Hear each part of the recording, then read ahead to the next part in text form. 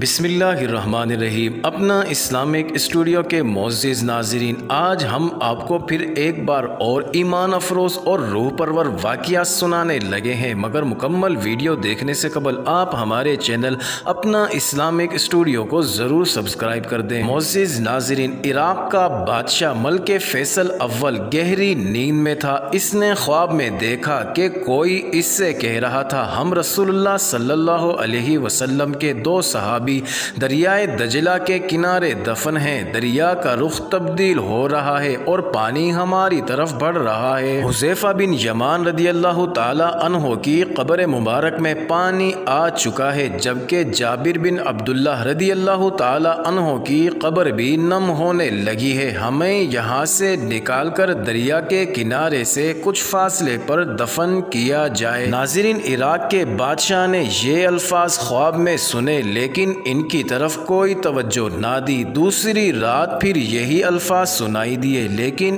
اس نے اب بھی توجہ نہ دی۔ تیسری رات یہ خواب عراق کے مفتی اعظم نوری السعید پاشا کو دکھائی دیا۔ انہوں نے اسی وقت وزیر اعظم کو ساتھ لیا اور بادشاہ کی خدمت میں پہنچ گئے۔ جب انہوں نے بادشاہ سے اپنا خواب بیان کیا تو بادشاہ چونکا اور بولا، یہ خواب تو میں بھی 2 بار دیکھ چکا ہوں۔ اب انہوں نے مشورہ کیا۔ آخر بادشاہ نے مفتی اعظم سے کہا، پہلے آپ قبروں کو کھولنے کا فتویٰ دیں، تب میں اس خواب کے مطابق عمل کروں گا۔ اپنا اسلامک اسٹوڈیو کے ناظرین، اس وقت کے مفتی اعظم نے اسی وقت قبروں کو کھولنے اور اس میں سے لاشوں کو نکال کر دوسری جگہ دفن کرنے کا فتویٰ جاری کر دیا۔ اب یہ فتویٰ اور شاہی فرمان اخبارات میں شائع کرا دیے گئے اور اعلان کیا گیا کہ عید قرباں کے دن دونوں اصحاب رسول صلی اللہ علیہ وسلم کی قبریں کھولی جائیں گی۔ اخبارات میں جو ہی یہ خبر شائع ہوئی تو دنیا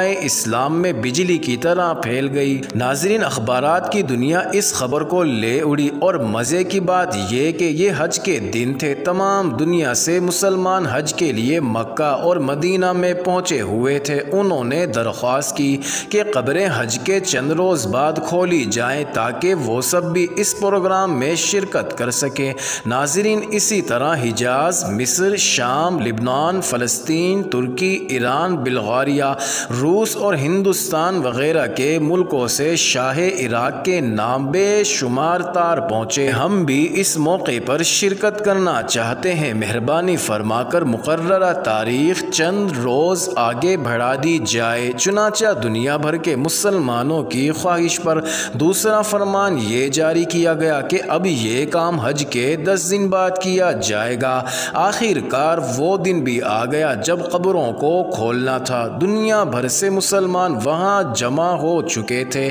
پیر کے دن دوپہر 12 بجے لاکھوں انسانوں کی موجودگی میں قبروں کو کھولا گیا۔